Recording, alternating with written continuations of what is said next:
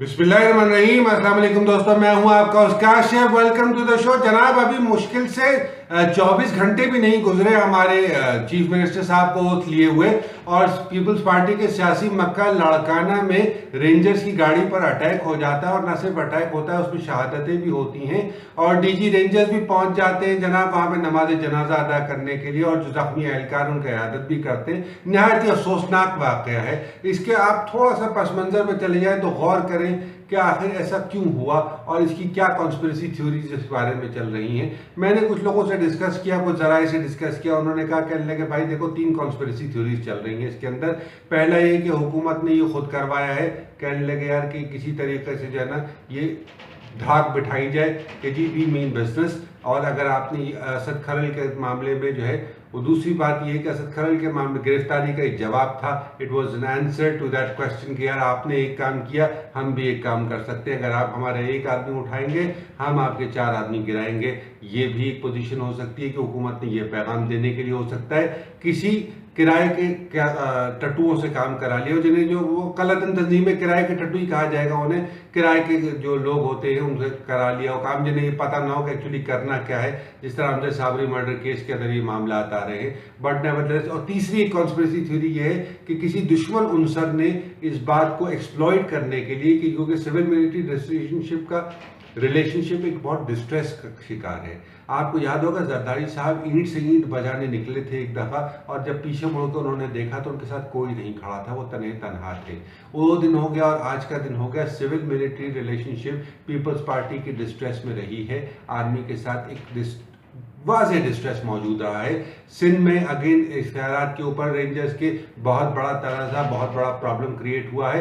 इन्होंने इख्तियारात नहीं दिए, उसके बावजूद भी मजे की बात है कि रेंजर्स चुपचाप अपनी कार्रवाई करती रही। मुराद अली शाह साहब हो या कायम अली शाह साहब, जो रुखसत हो चुके हैं हमारे दरमियान से, अब बहरहाल वो ऐवान का हिस्सा तो है, लेकिन he is no longer the chief minister और the captain of the team for that matter that's handling this problem. But nevertheless बात यह है कि ये भी एक इम्कान है किसी दुश्मन ने उस रिलेशनशिप डिस्ट्रेस को एक्सप्लॉइट करने के लिए काम किया हो। बहरहाल जो कुछ भी हुआ, हमारी ताज़ियत है तमाम रेंजर्स के उन अहले खाना से जिनकी जानों को नुकसान पहुंचा है, चाहे वो शहीद हुए हों, चाहे वो ज़ख्मी हुए हों, क्योंकि बहरहाल एक बहुत तकलीफ दे उनसर है। और डीजी रेंजर्स का बयान बड़ा खुश आइन है, जिसको सुनकर बड़ी खुशी हुई कि रेंजर्स को किसी मोहताजी की ज़रूरत नहीं है। मोहताज नहीं है रेंजर्स। अगर चाहे कि जहां जराइम पेशा नासिर होंगे उनका कलाकमा करने के लिए रेंजर्स आगे बढ़ती जाएगी।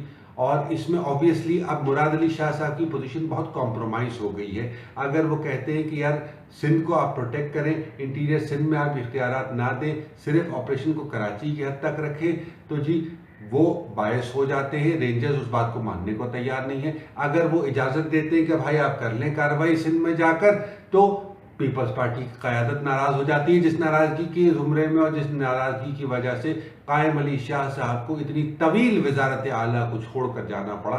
हालांकि कायम अली शाह साहब पर्सनली वॉज ऑलवेज सेइंग ठीक है, नो प्रॉब्लम जी, पार्टी क़यादत का फैसला मुझे मंजूर है। आज भी उन्होंने सर तस्लीम खम कर दिया, हालांकि बावजूद इसके कि तकरीबन 5 दहाइयों पे मुहित उनका एक सियासी करियर रहा है पीपल्स पार्टी के साथ, और बहुत तवील अरसे तक उन्होंने जो है वो पीपल्स पार्टी के साथ अपनी खिदमात अंजाम दी हैं।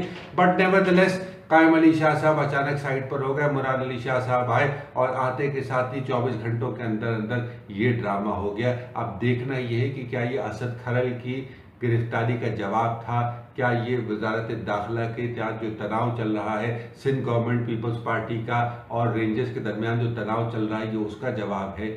क्या मामला है, क्या माजरा है। हमारी दुआ है कि अमन सब के लिए हो, चाहे वो सिंध हो, चाहे पंजाब हो, चाहे बलूचिस्तान हो, चाहे KPK हो, चाहे गिलगित बल्तिस्तान हो, या दुनिया का कोई भी शहर, कोई भी मुल्क हो। अल्लाह ताला सबको अपनी हिफ्ज़-ओ-अमान में रखे। अपना और अपने अहले खाना का बहुत ख्याल रखिएगा, और हो सके तो मुझे भी अपनी दुआ में याद रखिएगा। अंटिल द नेक्स्ट टाइम, अल्लाह निगहबान।